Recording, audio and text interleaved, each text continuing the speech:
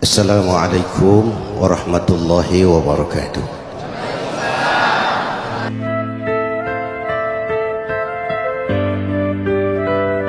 Lalu berusaha menyimpan sesuatu yang bisa membawa manfaat, baik untuk dirinya, untuk anak cucunya, maupun untuk keluarganya, untuk masa kini dan masa depannya. Kadang simpanan itu berbentuk uang, kadang berupa tanah, lain saat berbentuk pabrik, dan lain sebagainya. Sementara masa depan yang paling pasti adalah akhirat. Jika untuk masa depan dunia kita rela memeras keringat, membanting tulang, pergi pagi dan pulang petang, menyimpan uang, menyimpan tanah, menyimpan pabrik, pernahkah kita merenung jika satu saat kiamat datang, kita dibangkitkan dari kubur masing-masing, berdiri di padang mahsyar untuk mempertanggungjawabkan seluruh kegiatan hidup kita di dunia ini, lalu kita akan menuju ke alam akhirat. Sudahkah kita mempunyai simpanan untuk akhirat kita? Pada pertemuan kali ini saya ingin menyampaikan sebuah hadis di mana Rasulullah sallallahu alaihi wasallam bersabda, arba'un min kanzil jannah. Simpanan sorga ada 4 macam. Yang pertama, ikhfa'us sadaqah, menyembunyikan sedekah. Saudara-saudara kaum muslimin, sebagaimana yang kita maklum bahwa Allah Subhanahu wa taala melebihkan sebagian rezeki dari kita terhadap yang lain. Ada yang kaya, ada yang setengah kaya, ada yang miskin, ada yang setengah miskin, dan selanjutnya. Ada yang gajinya kecil tapi penghasilannya gede. Ada yang penghasilannya gede tapi nggak punya gaji. Ada juga yang memang gajinya gede dan penghasilannya gede. Kelebihan rezeki merupakan sunnatullah dan tidak harus membuat kita merasa lebih dari yang lain. Bahkan sebaliknya, kelebihan itu harus membuat kita ringan tangan untuk menolong mereka yang memang memerlukan pertolongan. Kalau saudara diberikan ilmu, maka pertanyaan akhirat cuma satu: ilmumu kau amalkan untuk apa? Kalau saudara diberikan umur yang panjang, pengadilan akhirat juga bertanya satu: umurmu kau habiskan di mana? Tapi kalau saudara diberikan harta, pengadilan akhirat akan bertanya dua: hartamu kau dapat dari mana, kau belanjakan kemana? Dari mananya ditanya, dan kemananya juga ditanya. Oleh karena kita akan dimintakan pertanggungan jawab, maka amanah yang bernama harta ini harus kita gunakan dengan sebaik-baiknya. Ada penggunaan yang merupakan kewajiban, itu zakat namanya. Ada penggunaan yang sewaktu-waktu, itu infak namanya. Ada yang lebih sewaktu-waktu lagi, dan itu sedekah namanya. Zakat dia terikat oleh haul dan nisab, oleh putaran batas waktu dan ukuran dari harta itu sendiri. Sedangkan infak terikat oleh situasi dan kondisi perekonomian seseorang. Sedangkan sedekah tidak terikat dengan apapun. Dalam kondisi seperti apapun kita bisa melakukan sedekah dengan yang terkecil sekalipun. Sampai-sampai Rasulullah sallallahu alaihi wasallam mengajarkan, la tahqiranna minal ma'rufi syai'an walau an talqa akhaka biwajhin talik. Atau ada hadis, tabassumuka fi wajhi akhika laka sadaqah. Senyumanmu kepada temanmu adalah sedekah. Jadi untuk melakukan sedekah tidak harus dalam berbentuk uang. Dengan ilmu kita bisa sedekah, dengan tenaga kita bisa bersedekah, dengan pikiran kita bisa bersedekah, bahkan senyum kepada teman itu pun sedekah. Jadi kalau sedekah dengan uang memang belum punya uang, nyengir aja banyakin. Itu asal pada tempatnya, jangan lalu ketemu tiang listrik cengengesan. tentu tidak pada tempatnya dan tidak wajar. Nah, sedekah yang paling dicintai Allah adalah sedekah yang disembunyikan. Artinya jauh dari sifat riya. Kan kadang-kadang ada orang sedekah itu disebutkan namanya. Apa tidak bagus? Kalau memang niatnya ikhlas, ya bagus-bagus saja. Untuk memberikan sugesti kepada yang lain. Si Fulan bin Fulan nyumbang sekian, diumumkan. Boleh kalau niatnya untuk memberikan rangsangan kepada yang lain supaya dia menyumbang lebih besar dari orang tadi. Tapi kalau itu mendatangkan riya, maka sedekah yang paling dicintai Allah adalah sedekah yang disembunyikan. Tangan kiri saja tidak tahu apa yang diberikan oleh tangan kanan. Sedekah yang dilakukan dengan ikhlas akan merupakan perbendaharaan surga, tersembunyi dari pandangan orang lain, tidak seorang pun tahu. Karena memang sikap yang baik adalah melupakan kebaikan dan mengingat kesalahan. Itu salah satu ciri orang bahagia. Orang yang selalu mengingat kesalahannya dan berusaha melupakan segala kebaikannya. Kalau dia akan berada kebaikan, dia tidak bisa ikut, dia merasa rugi karena dia merasa belum pernah berbuat baik. Tapi kalau akan melakukan kesalahan baru, dia ingat kesalahan yang sudah-sudah, sehingga terhalang baginya untuk melakukan satu kesalahan baru. Demikianlah saudara-saudara, bahwa Allah melebihkan rizki sebagian kita dari yang lain, agar terjadi tolong-menolong dalam kehidupan ini. Jadi kesenjangan yang nature, kesenjangan yang alami, itu sunnatullah. Ada yang kaya, ada yang miskin, ada yang kelas menengah.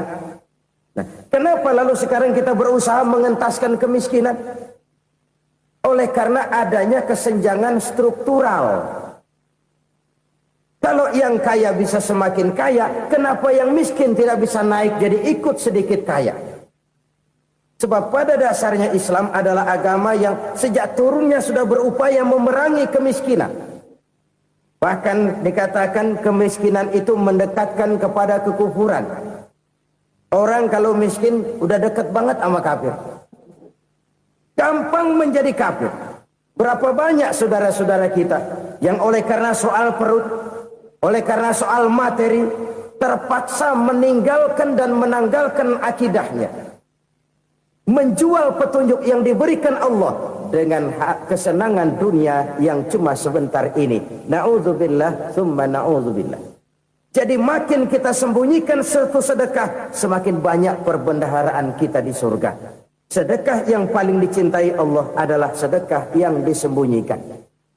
Malahan ada seorang sufi, dia punya kebiasaan kalau pergi sholat Jumat dia bawa uang, itu uang dia taruh di bawah tikar masjid.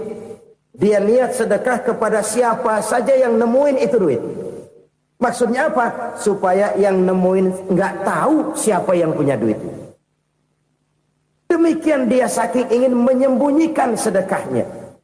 Karena sifat riya itu bisa memakan amal kita sendiri. Riya itu termasuk menyebut-nyebut kebaikan kita.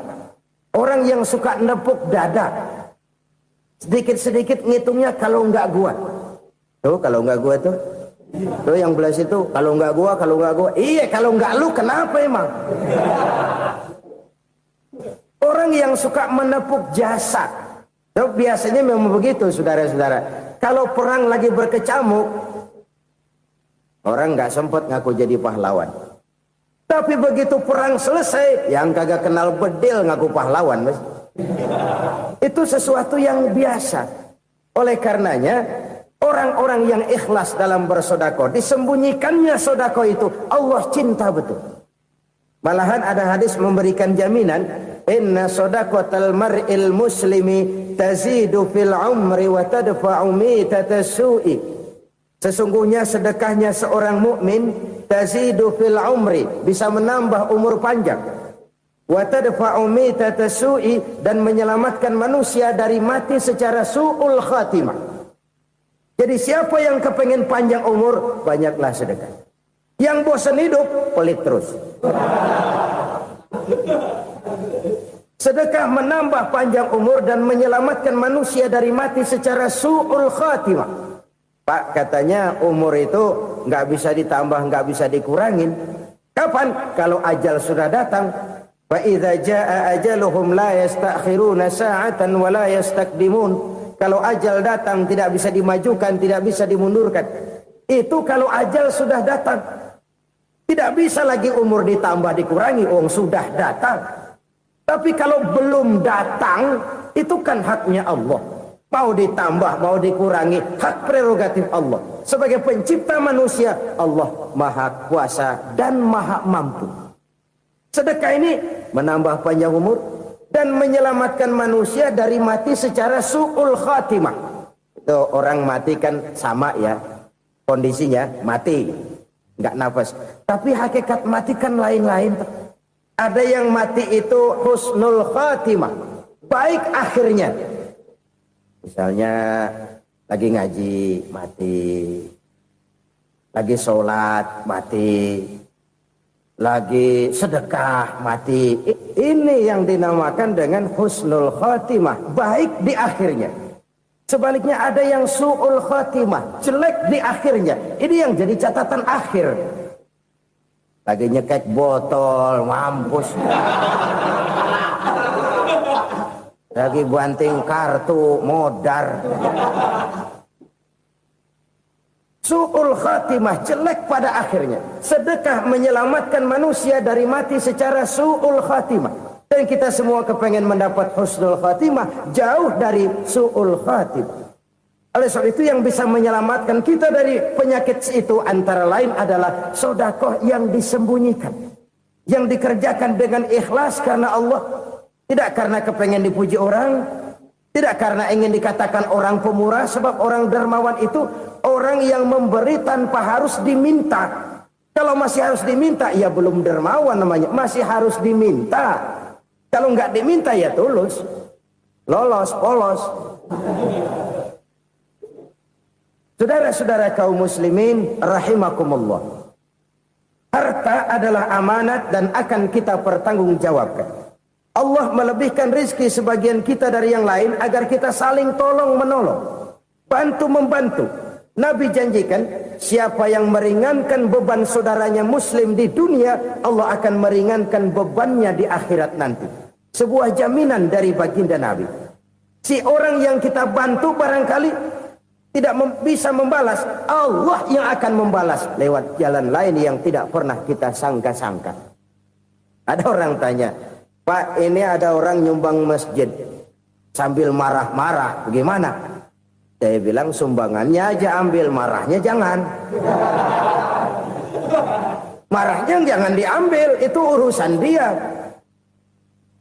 Saudara-saudara kaum muslimin rahimakumullah. Umat Islam ini kan umat yang punya potensi besar. Kadang kita merenung, kenapa kadang-kadang pembangunan masjid kok lambat sekali? Kalau hotel hari ini peletakan pertama, bulan depan peresmian. Supermarket hari ini peletakan batu pertama, minggu depan peresmian. Tapi kalau sudah yang namanya masjid, kadang-kadang peletakan batu pertama sekaligus jadi batu terakhir. 3 tahun, 4 tahun, campur nebar jalak di jalanan, duit dijaring kayak ikan sepat. Apa tidak ada orang Islam yang kaya? Banyak. Apa tidak ada pengusaha muslim yang jadi konglomerat? Ada. Lalu yang belum banyak itu yang komit terhadap nilai-nilai agamanya. Akhirnya kita jatuh jadi umat yang lemah. Belum ada pengusaha konglomerat muslim buka pabrik supermi cap beduk misalnya umpamanya atau pabrik kecap cap sorban supaya identitas keislamannya sedikit kelihatan. Kita jatuh jadi umat yang lemah karena potensi tidak terinventarisir dengan baik. Kita ini ibarat kompor yang cuma matengin nasi orang lain. Potensi kita dimanfaatkan oleh orang lain. Ukhuwah Islamiyah kita baru terbatas kepada silaturahmi. Ukhuwah di bidang ekonomi kita lemah. Ukhuwah di bidang kebudayaan kita lemah. Apalagi ukhuwah di bidang politik kita lebih rapuh lagi. Padahal ukhuwah itu adalah totalitas kehidupan manusia. Menyangkut ipolek sosbud. Memerlukan nilai-nilai ukhuwah. Jadi oleh karena itu mari kita menyadari di dalam harta kita, walaupun kita yang cari pergi pagi pulang sore peras keringat banting tulang, di sana ada harta anak yatim, di sana ada hak masjid, di sana ada hak pesantren, di sana ada hak jihad. Berbahagialah seseorang apabila dia oleh Allah dijadikan keran. Keran itu menyimpan air, tapi tidak untuk dirinya, tapi disalurkannya kepada mereka yang memang memerlukannya. Saudara-saudara kaum muslimin rahimakumullah, ini yang pertama. Jadi perbendaharaan surga adalah menyembunyikan sedekah. Orang lain nggak tahu, kita pun nggak pernah ngitung-ngitung. Kita anggap lewat begitu saja, padahal itu deposit akhirat. Satu. Yang kedua, perbendaharaan surga itu apa? Wa kitmanul musibah, menyembunyikan kesulitan. Kadang orang takut menghadapi kesulitan, tapi makin kita merenung, hidup ini kan sebenarnya urusan. Takut sama urusan, ya jangan hidup. Tandanya orang hidup itu kalau punya urusan. Urusan melupakan problem, problem sering menimbulkan kesulitan. Kesulitan bukan untuk ditakuti, tapi untuk diatasi dan dicarikan jalan keluarnya. Siapa sih orangnya yang nggak pernah sulit-sulit? Makin tinggi status sosialnya, makin gede urusannya. Makin tinggi kualitas imannya, makin berat tingkat kesulitannya. Cuma memang yang namanya enak itu seperti pelangi. Biang lala itu nggak pernah di atas kepala kita, di atas kepala orang melulu. Lu sih enak lu, kata kita. Dia juga bilang, yang enak kan lu. Pelangi itu nggak pernah di atas kepala kita. Kata tukang beca, aduh enak ya naik Mercy. Kata tukang beca, apa yang di dalam mobil Mercy? Aduh enak bener tukang beca, di jok ngeringkuk ngorok pules bener. Saya kamar pakai AC sejuk, tempat tidur sutra empuk, alga spring bed, kulak kulik nggak bisa pules kalau belum minum Valium, belum tidur. Enak bener tukang beca, di jok ngorok nggak tahu wetan kulon. Si tukang beca bilang yang di Mercy enak, yang di Mercy bilang tukang beca enak. Inilah enak, nggak pernah di atas kepala kita, di atas kepala orang lain melulu enak itu. Nah saudara-saudara, yang merupakan perbendaharaan surga itu orang yang bisa menyembunyikan kesulitan, baik pribadi ataupun rumah tangga. Nih terutama rumah tangga yang jadi soal nih. Kadang-kadang kita ini kalau senang, sebaliknya kalau senang kita diam, kalem aja, cuek. Banyak banget duit kita bawaan, diam aja udah. Malah ketemu orang takut. Tapi begitu susah, sekampung tahu. Padahal Nabi mengajarkan perbendaharaan surga itu menyembunyikan musibah, menyembunyikan kesulitan. Kalau enak, cerita sama orang-orang. Kalau nggak enak, rasain sendiri, tekan sendiri, atasin sendiri. Kita kan sebaliknya, senang kita diam, asal lagi susah, paling tidak kita nyari teman buat cerita kesusahan. Siapa orangnya yang nggak pernah susah? Cuma soalnya bagaimana kita mengatasi kesusahan itu sendiri. Begitu juga misalnya kalau orang sudah berumah tangga, itu orang tuanya harus menjadi tempat dia cerita yang enak-enak saja. Yang nggak enak rasain berdua, selesaikan berdua, atasin berdua. Jangan dibalik. Asal senang diam, giliran susah saja. Maknya laporan. Terbalik. Bisa menjaga security informasi. Maka nama bayam keluar diam, malah seluitan. Enak amat lo makan daging ayam. Security informasi. Saudara-saudara kaum muslimin rahimakumullah, ujian yang terberat itu yang pernah diberikan kepada para nabi, para rasul, para aulia, para ulama. Makin tinggi keimanan, makin berat bentuk kesulitan. Ayo saya kemukakan satu contoh saja. Ada seorang nabi yang kaya, nabi kaya, namanya Nabi Ayub. Iblis kalau orang begini kan keki, ibadahnya rajin, kaya. Nah, yang kayak begini susah digodain. Kalau ibadahnya rajin, miskin, kali bisa disogok. Sini imannya mantap, ibadahnya rajin, kaya, nabi lagi. Oh, tapi namanya iblis, nggak kurang akal. Laporan, Tuhan, kenapa Les? Ya ini bahasa saya, bahasa Qurannya sih nggak gitu. Itu hambamu yang namanya Ayub, dia rajin ibadah cuma karena dikasih kaya aja. Coba kasih miskin dia, berhenti dia sembahyang.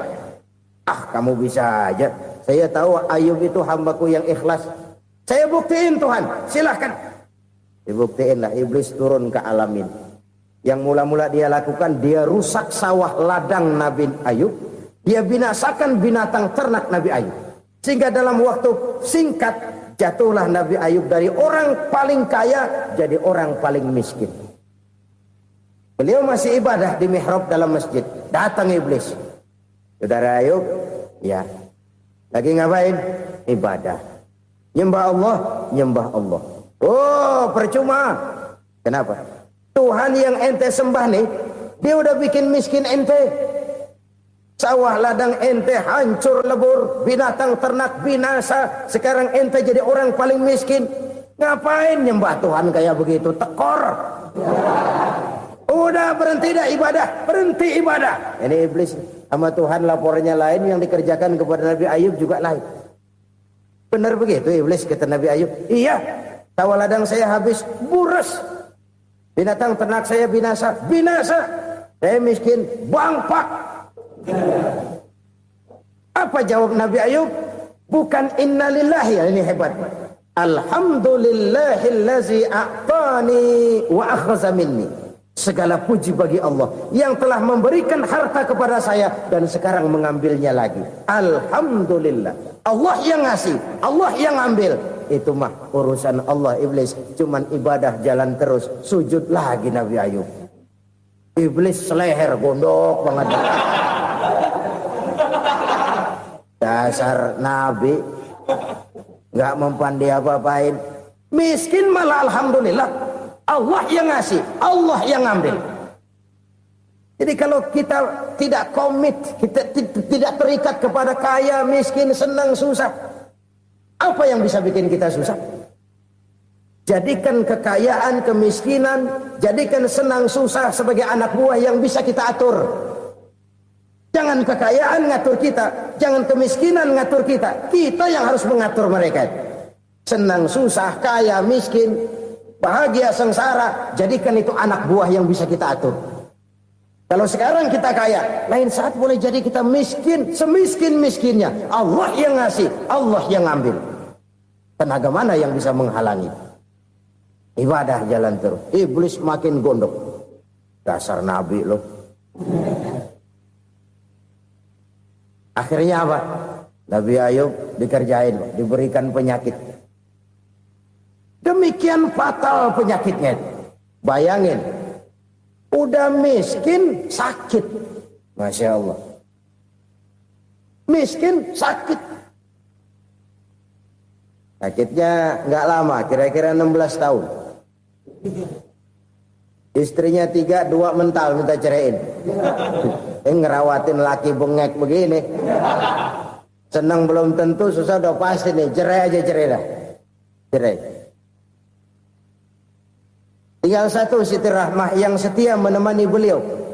Sesetia-setianya hati perempuan. Satu saat Siti Rahmah bilang, "Bang, iya, abang kan Nabi, Bang. Lalu, namanya Nabi kan doanya jarang meleset, Bang. Maksud kamu minta kenapa sih sama Tuhan biar abang sembuh, baik dah, Bang?" Siti Rahmah, iya. Saya sakit berapa tahun sih dah? 16 tahun, Bang. Sebelum ini saya sehat berapa tahun? Ya kira-kira 60 tahun, Bang. Nah, coba ente banding-bandingin, Rahmah. Saya dikasih sehat 60 tahun, dikasih sakit 16 tahun. Sudah nggak sabar mau doa kepada Allah minta sembuh. Saya malu kepada Allah. Diuji dengan yang luar biasa seperti ini, tidak mengganggu stabilitas kehambaannya. Dia tetap menghamba kepada Allah Subhanahu wa ta'ala. Saudara-saudara kaum muslimin rahimakumullah. Kunci menghadapi kesulitan itu apa? Allah jelaskan dalam satu ayat, wa basyiris sabirin alladzina iza asabathum musibah qalu inna lillahi wa inna ilaihi raji'un. Gembirakan orang-orang yang sabar. Siapa mereka itu? Yang apabila mendapat musibah mereka kembali kepada keyakinan dasar, segalanya dari Allah dan segalanya akan kembali kepada Allah. Ini konsepsi dasar dari sikap muslim dalam menghadapi berbagai kesulitan. Segalanya dari Allah, segalanya akan kembali kepada Allah. Kalau ini sudah kondisi dasarnya, maka kita akan lapang menghadapi kenyataan bagaimanapun pahitnya. Apakah itu namanya miskin, apakah itu namanya sakit, bahkan maut sekalipun. Maut sekalipun. Segalanya dari Allah, segalanya akan kembali kepada Allah. Ini sikap hidup, bukan sekedar ucapan. Kita kadang-kadang menjadikannya sebagai ucapan. Mulutnya sih nggak berhenti, innalillahi wa inna ilaihi raji'un, tapi nangisnya terus gerung-gerungan. Bukan itu, ini kesadaran moral. Kalau segalanya dari Allah, segalanya kembali kepada Allah, kan sebenarnya cuma nunggu giliran. Hari ini saya nyembayangin dia, entah hari apa saya disembayangin orang. Hari ini saya antar dia ke kubur, entah hari apa orang nganterin saya ke kubur. Hari ini saya tahlilkan dia, entah nanti kapan orang tahlilkan saya. Segalanya dari Allah, segalanya akan kembali juga kepada Allah. Oleh sebab itu saudara-saudara, kesulitan bukan untuk ditakuti. Kesulitan justru untuk diatasi, dicarikan jalan keluarnya. Dan tidak ada orang yang tidak pernah mendapat kesulitan. Tidak ada. Semakin tinggi status sosial, semakin tinggi kualitas keimanan, semakin besar juga tingkat kesulitan. Hanya saja bagaimana cara kita mengatasinya. Dan Al-Quran menyatakan, inna ma'al usri yusra. Di balik kesulitan itu pasti ada kemudahan. Roda itu berputar. Karena itu Rasulullah sallallahu alaihi wasallam mengingatkan kepada kita, ta'arraf ilallahi firraha ya'rifka fisyiddah.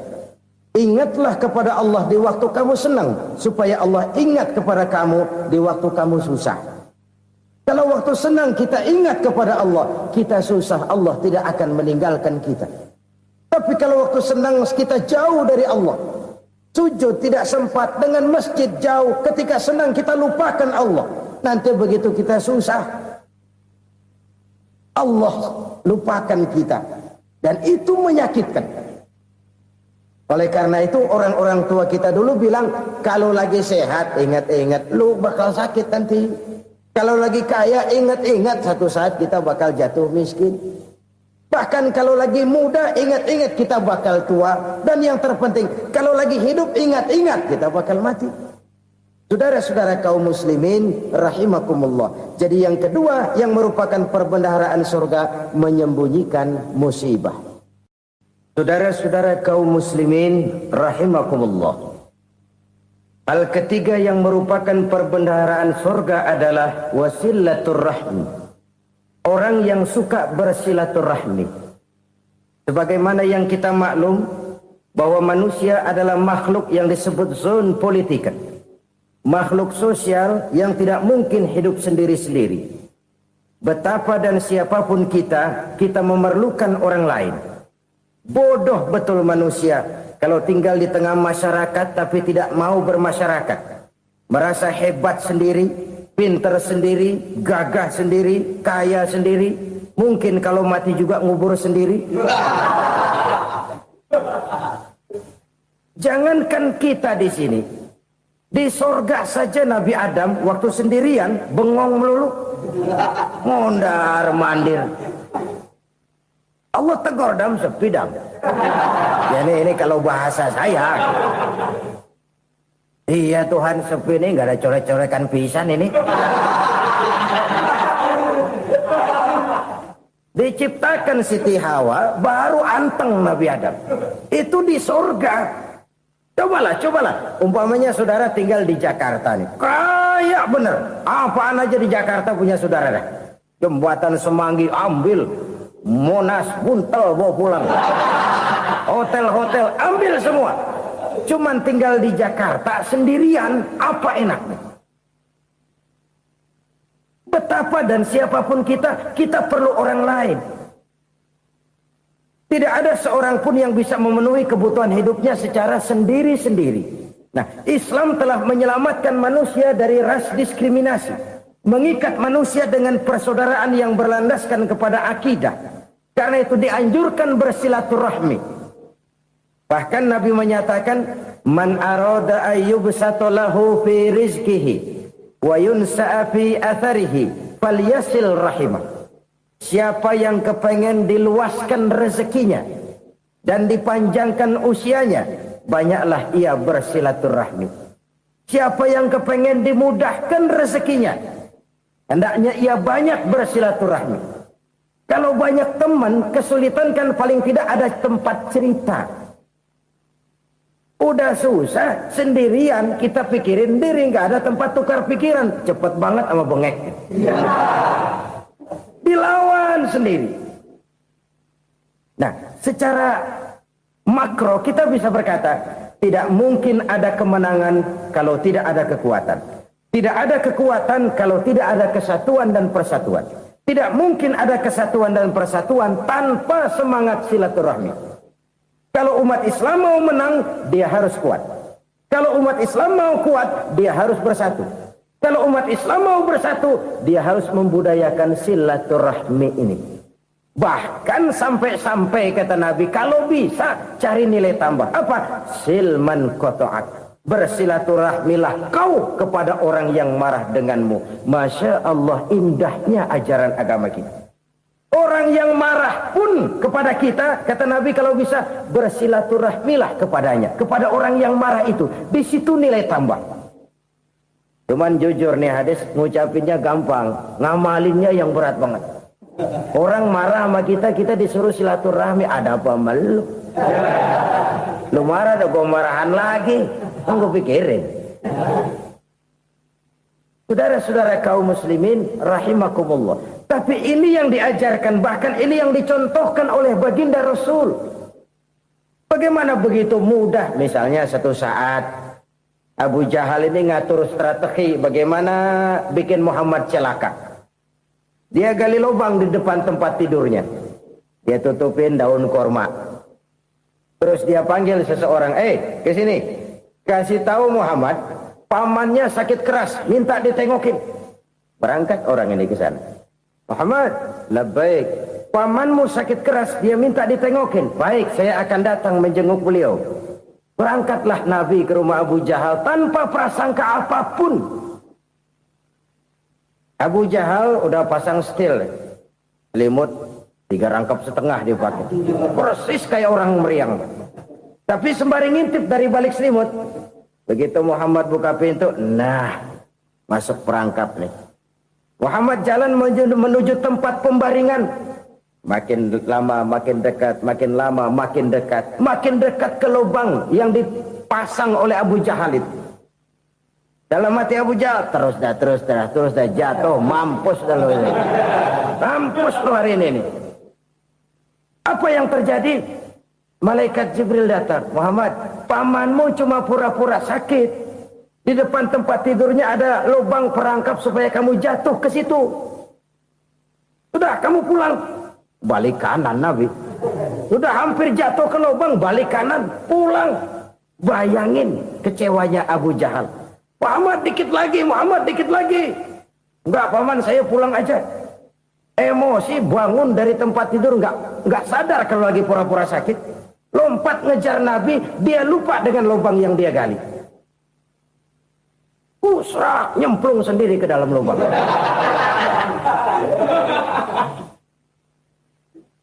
Nabi terus berlalu. Ini terjadi keanehan. Jatuh ke lubang yang dia gali itu sebenarnya nggak terlalu dalam ya. Antara 3-4 meteran lah. Tolong saya jatuh ke lubang ini. Datanglah pelayan-pelayannya itu. Angkat saya dari sini. Oh, yang ngulurin tambang. Satu gulung, belum juga nyampe itu tambang. Kurang, beli lagi ke warung. Sambung, ulur lagi. Nggak juga bisa sampai. Wah, ini kerjaan Muhammad ini. Tolong, siapa salah seorang kamu ke rumah Muhammad, kasih tahu encangnya kecebur. minta ditolongin. Sampaikan kepada Rasul. Kenapa? Pamanmu jatuh ke lubang, Muhammad minta tolong diangkatin. Tambang udah nyambung-nyambung gak nyampe juga. Ya, nanti saya datang, saya tolong. Coba. Nyata-nyata orang berniat jahat mau mencelakakan dia. Datang dia menolong. Ini yang disebut air tuba dibalas air susu ya ini. Bukan sebaliknya. Air tuba dibalas air susu. Paman, kecebur ya? Iya Muhammad, tolong ini. Pegang tangan saya. Nabi ulurkan tangannya, nyampe, dipegang oleh Abu Jahal, diangkat ke atas, sampai atas. Apa kata Abu Jahal? Sihirmu memang hebat Muhammad. Udah ditolongin dikata sihir. Yang enak kita kemplang kan itu orang begitu. Urusan apa? Tapi inilah akhlak. Kalau bisa kamu bersilaturahmilah dengan orang yang marah kepadamu sekalipun. Orang marah kita tetap baik. Kalau kita berbuat baik sama orang yang memang baik, rasanya sih biasa-biasa aja. Orang baik kita baik lagi, ya draw aja, belum ada nilai tambah di situ. Baru ada nilai tambah kalau kita bisa berbuat baik kepada orang yang nyakitin kita. Itu namanya kita setingkat di atas dia. Dia sakitin kita, kita berbuat baik sama dia. Dia pelit sama kita, kita baik sama dia. Dia marahin kita, kita deketin dia. Di situ kita punya nilai tambah. Jadi siapa yang ingin diluaskan rezekinya kata Nabi dan dipanjangkan umurnya, hendaklah ia banyak-banyak bersilaturahmi. Sederhana sebenarnya silaturahmi, tapi silaturahmi membangkitkan semangat kesatuan dan persatuan. Kesatuan dan persatuan melahirkan kekuatan. Dalam matematika 1 ditambah 1 pasti 2. Tapi di tengah masyarakat, 1 orang takut ditambah 1 orang takut, hasilnya jadi 2 orang setengah berani. Kenapa setengah berani? Karena udah berdua. Tadi pan takut sendirian. Kalau dia kumpul turu-turu takut lah jadi berani. Kita yang lemah, kita yang tidak berdaya, kita yang miskin, kalau mau kompak bersatu, apa yang nggak bisa kita kerjain? Apalagi tinggal di kota besar, pilihan cuma 2. Bertahan atau minggir. Bertahan atau minggir. Untuk bisa bertahan harus mampu bersaing. Untuk mampu bersaing harus punya keahlian. Keahlian harus ditunjang dengan pendidikan, ditambah oleh kekompakan sebagai umat. Udah miskin mencar mulu, orang injek kita. Orang nggak pandang urusan apa yang malu. Oleh karena itu silaturahmi pada hakikatnya merupakan roh dari ukhuwah yang diajarkan oleh agama kita. Bagaimana Islam menyelamatkan masyarakat manusia dari ras diskriminasi, mengikat manusia, dan tidak ada persaudaraan yang lebih indah selain persaudaraan yang diikat dengan nilai-nilai akidah. Sepanjang orang di jalan Allah, itulah saudara kita. Keluar dia dari jalan Allah, selesailah persaudaraan sampai di situ. Karena itu, kalau ingin menyimpan sesuatu di surga, banyaklah bersilaturahmi. Datang ke rumah ini, datang ke rumah itu, dan lain sebagainya. Itu simpanan kita di akhirat nanti. Ini yang ketiga. Saudara-saudara, yang keempat, perbendaharaan surga itu apa? Wa qawlu la hawla wa la quwwata illa billah. Ucapan la hawla wa la quwwata illa billah. Ibadah kan ada yang berat, modalnya besar. Bangun masjid berat, modalnya besar. Bangun rumah sakit berat, modalnya besar. Ada ibadah yang berat tapi modalnya ringan.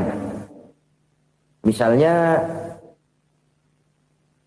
puasa.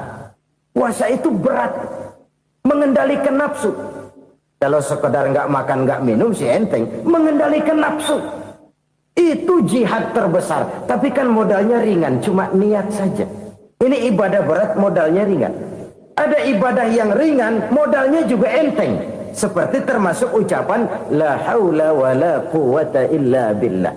Tanpa sadar, la haula wa la quwwata illa billah. Nyelengin tuh di surga.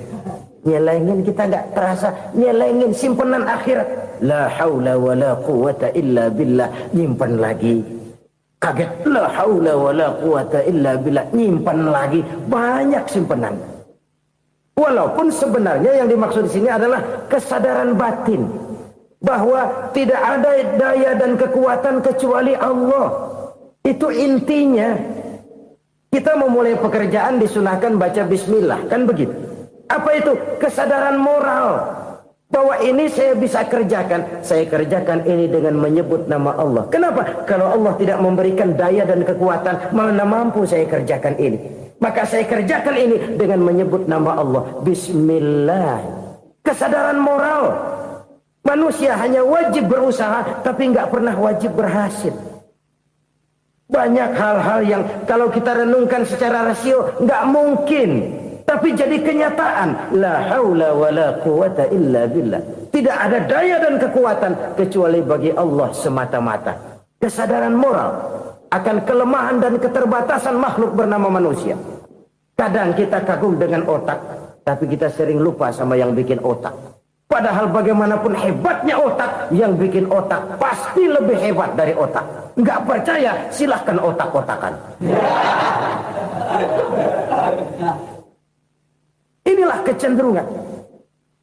Kita kagum dengan pesawat-pesawat mutakhir, bukan main besi gede banget terbang itu.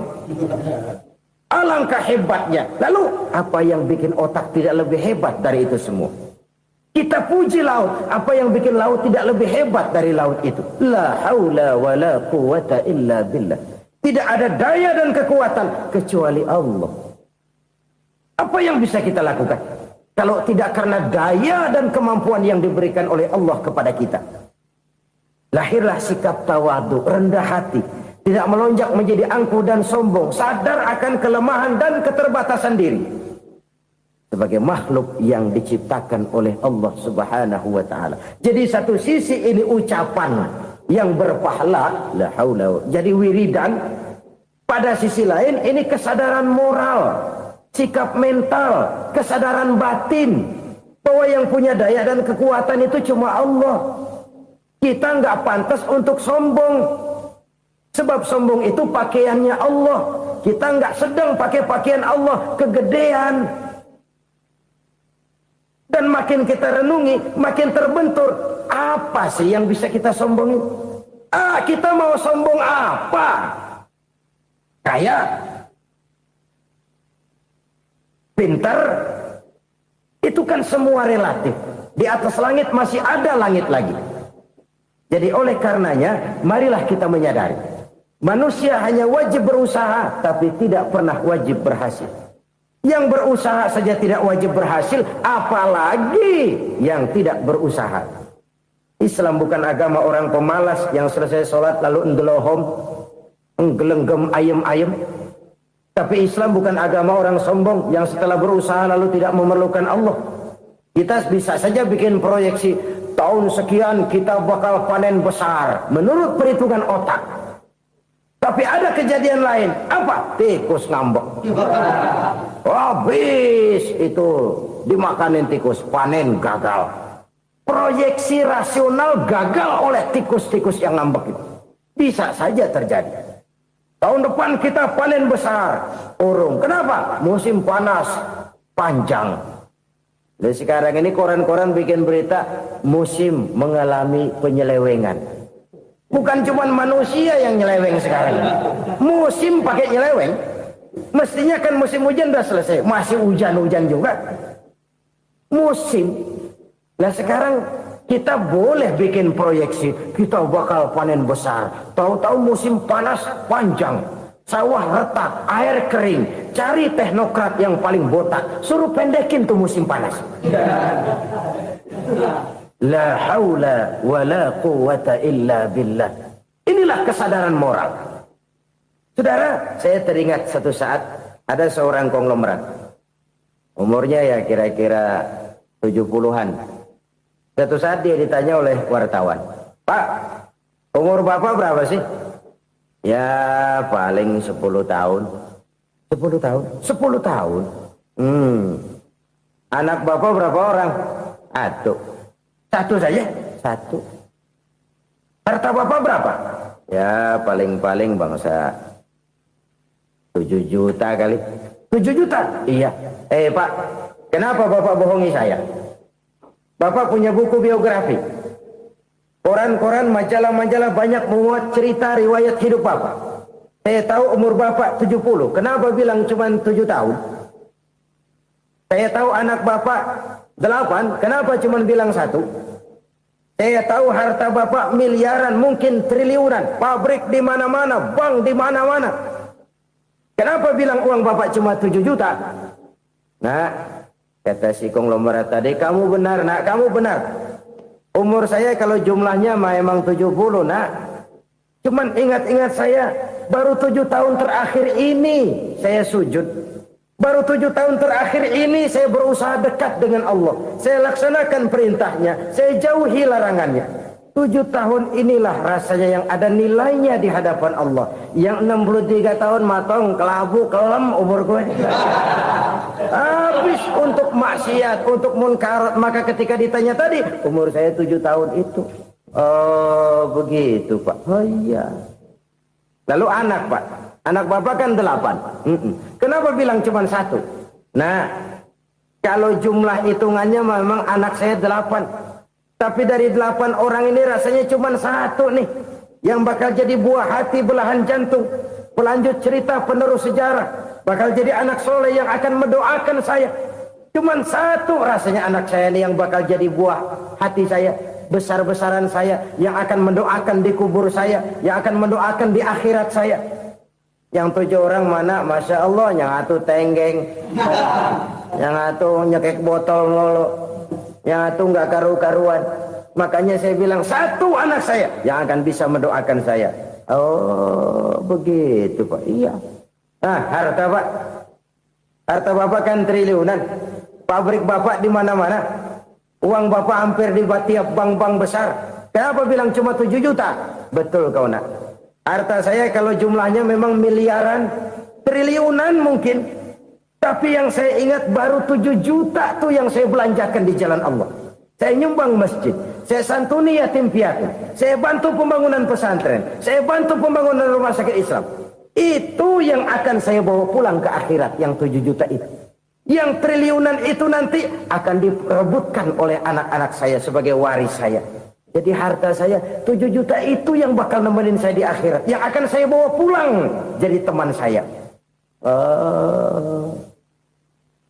Saudara-saudara kaum muslimin, jangan-jangan orang tua itu adalah kita-kita ini. Jangan-jangan kita-kita ini adalah orang tua itu. Jangan-jangan itu potret dari diri kita masing-masing. Dari sekian umur yang diberikan Allah, berapa tahun yang ada nilainya di hadapan Allah? Dari sekian anak-anak yang merupakan amanah, berapa yang akan mendoakan kita sebagai orang tuanya menjadi anak soleh? Dari sekian banyak harta yang diberikan Allah, berapa yang akan kita bawa pulang menghadapnya nanti, yang kita belanjakan di jalan Allah? Ini sebuah potret kehidupan. Karena itu kita kembali kepada la haula wa la quwwata illa billah. Kita wajib berusaha, kita wajib berikhtiar. Selebihnya, segala daya dan kekuatan hanya milik Allah saja semata-mata. Satu kesadaran batin dari setiap pribadi muslim.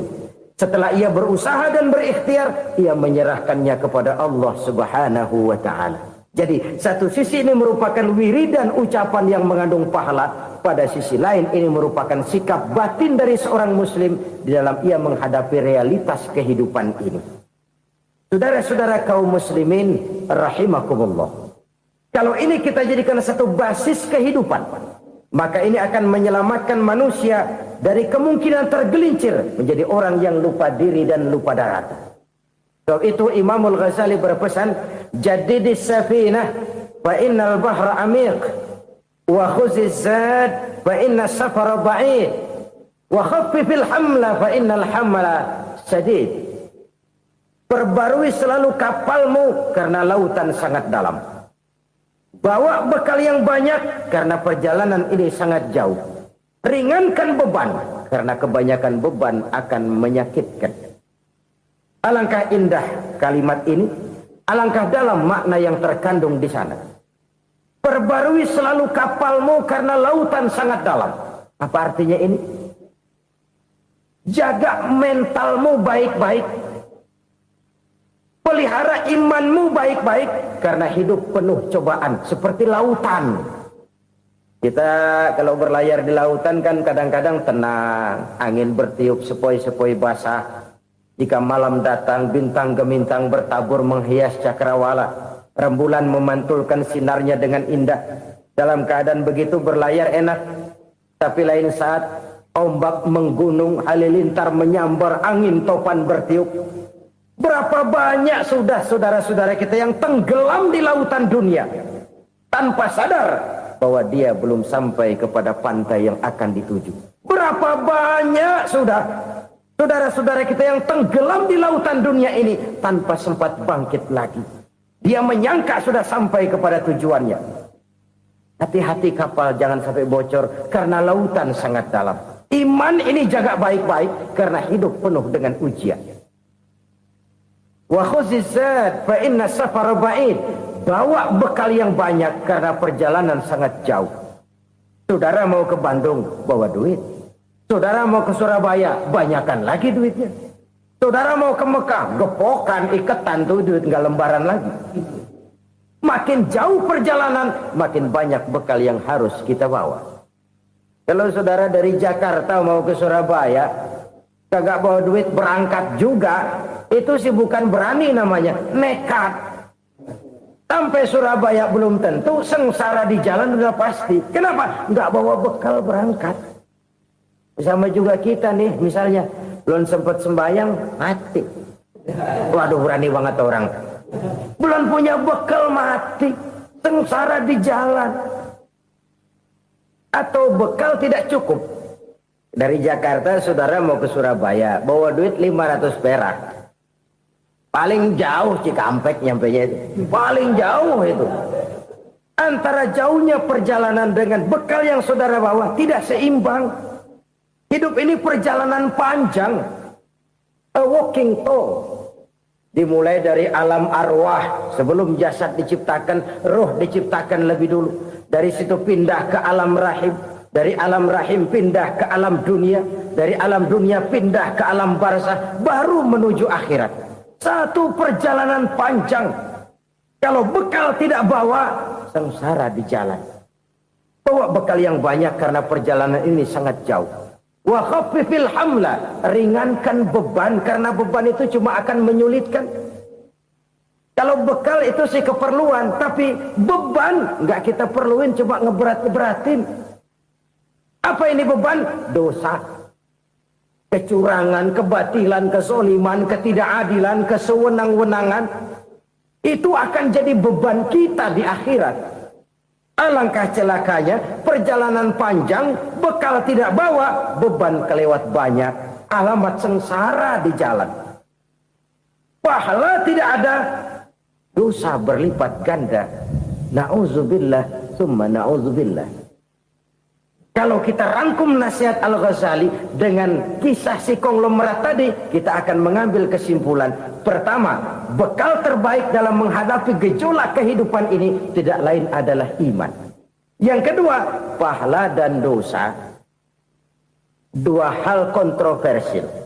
Pahala adalah bekal, dosa adalah beban. Tapi kita sekarang kan tidak begitu terangsang kepada yang abstrak. Orang berlomba mencari yang konkret-konkret saja. Yang real. Kalau memang dosa, benjol dong. Kira-kira begitu. Kira-kira begitu. Persis orang Yahudi dulu. Orang Yahudi itu kan pernah minta kepada Nabi Musa. Ya Musa, lan nu'mina laka hatta narallaha jahrah. Musa, kami nggak bakal mau beriman kepada Allah kalau belum kami lihat Allah ada nongkrong di depan kami. Kalau memang Tuhan ada, taruh dong di depan kami. Mau yang konkret-konkret saja. Kalau memang dosa, benjol dong. Kalau memang pahala, berasa dong. Orang terangsang kepada yang real, yang konkret-konkret saja. Karena itu, untuk mengejar dosa, orang mau bayar. Tapi untuk mengejar pahala, walaupun tidak bayar, orang segan. Ini yang dikatakan oleh Nabi, kamu mengharapkan ke surga, tapi kamu berat melaksanakan sesuatu yang bisa membawa kamu ke surga. Kamu ingin jauh dari neraka, tapi tiap saat kamu lakukan perbuatan-perbuatan yang justru menjerumuskan kamu ke neraka. Idda'aitum an-najata minan nar wa ramaitum fiha anfusakum. Kamu ingin selamat dari neraka, tapi kamu lemparkan diri kamu ke neraka. Kamu ingin masuk surga, tapi berat sekali kamu melakukan perbuatan-perbuatan yang bisa menyampaikan kamu di surga. Saudara-saudara kaum muslimin rahimakumullah. Jadi hal keempat yang merupakan perbendaharaan surga adalah la haula wa la quwata illa billah. Satu sisi ini merupakan ucapan yang memperberat timbangan akhirat. Pada sisi lain ini merupakan sikap hidup seorang muslim. Kesadaran batin yang sangat dalam bahwa tidak ada daya dan kekuatan kecuali Allah.